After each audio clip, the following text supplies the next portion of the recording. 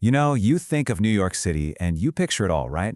8 million people, 32,000 streets, and that skyline, you'd recognize it anywhere. But what's wild is that almost everything we think of as New York is, well, surprisingly new. So how on earth did a tiny Dutch trading post on the edge of a continent become that? Well, that's the story we're going to tell, a 400-year journey of constant, relentless reinvention.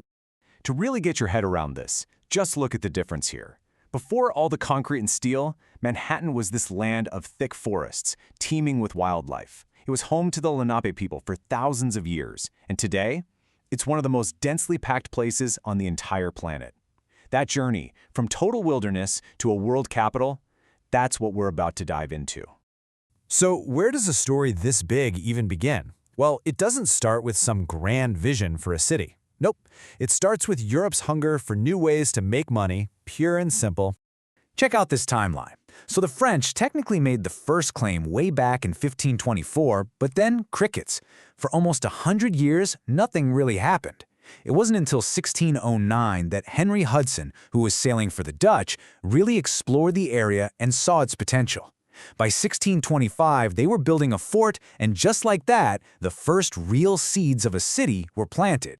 And this right here tells you everything you need to know about the original goal. Fort Amsterdam wasn't some grand colonial project. It was a business venture.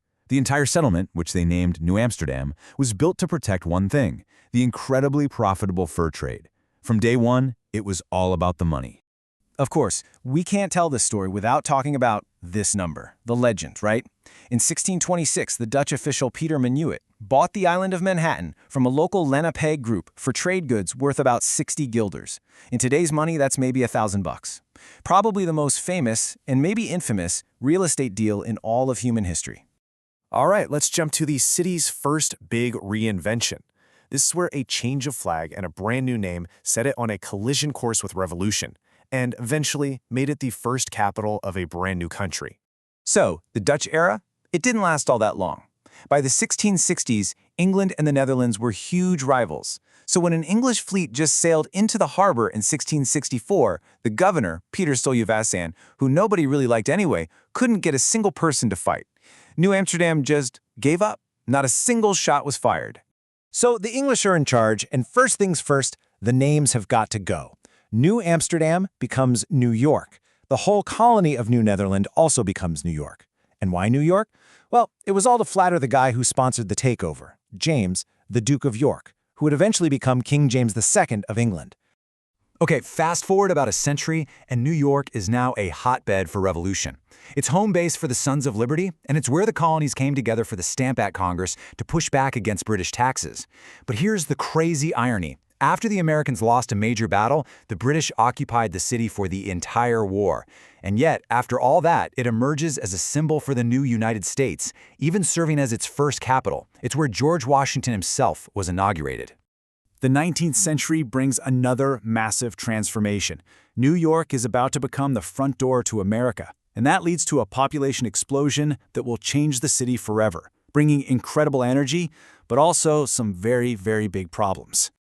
Just get a load of these numbers. The city's population went up almost 10 times in just 50 years. That's insane. It was really driven by two things. First, huge waves of European immigrants looking for a better life. And second, the Erie Canal, which was finished in 1825. You gotta understand, the Erie Canal was like the internet of its day. It connected the Atlantic Ocean to the Great Lakes and made New York the undisputed economic engine of the continent. But all that growth, it was messy. And often, it was brutal. The city was overcrowded, conditions were unsanitary, and you had these horrible cholera outbreaks. A massive fire in 1835 just wiped out a huge part of downtown. Famous gangs, like the Dead Rabbits, basically ran the poorest neighborhoods. And it all boiled over in the 1863 draft riots, which were just unbelievably violent. The city was literally bursting at the seams. But it's out of all that chaos that the city we know today really starts to take shape. The late 1800s and early 1900s were this era of just mind-blowing ambition, where the icons we associate with New York were built with steel, stone, and just sheer willpower. And you can just feel that unstoppable energy right here. The Brooklyn Bridge, a complete marvel of engineering. The Statue of Liberty, a new symbol of hope. Ellis Island, the official front door for millions. and then the subway, stitching this giant, sprawling city together. Each one was this massive statement about the future. And that ambition didn't just stay on the ground, it went vertical. There was this fierce, all-out race to build the tallest building in the world. And that competition is what gave us the Woolworth Building, the beautiful Chrysler Building, and of course the legendary Empire State Building. That iconic skyline, it was born right here. So the 20th century arrives, and it's going to test New York like never before. It's going to throw the city from the incredible highs of the Jazz Age to the absolute crushing lows of the Great Depression, and finally, forge it into a global superpower in the fires of a world war. The Roaring Twenties. I mean, you can just imagine it. Jazz clubs, speakeasies everywhere thanks to Prohibition. The city was electric. But as this quote says, that party came to a sudden, catastrophic end. The Wall Street crash in 1929 didn't just slam the brakes, it sent the city and the whole world into a tailspin. And the impact of the Great Depression was just devastating. Millions of people lost their jobs, thousands lost their homes. It got so bad that people built these little shanty towns called Hoovervilles right in the middle of Central Park. It was the city at its absolute lowest point. But what does New York always do? It reinvents itself. When World War II broke out, the entire city transformed into this critical engine for the war effort. Factories started pumping out military supplies, the docks became a non-stop lifeline to Europe, and hundreds of thousands of soldiers shipped out from its ports to go fight. And this is a really important point. While so many of the world's other great cities were in ruins after the war, New York came out of it stronger than ever. It became the undisputed center for art, for finance, and then, in 1952, it was chosen to be the permanent home of the United Nations. That move basically cemented its new status as the capital of the world. And that brings us right back to our main idea. Because even that post-war boom didn't last. The city almost went bankrupt in the 70s, only to reinvent itself again as the center of global finance in the 80s. It's faced down crises, it's been attacked, and it's always rebuilt. When you look at the full 400 years, New York's defining feature isn't the buildings, it's its incredible ability to change. I mean, this quote really says it all, doesn't it?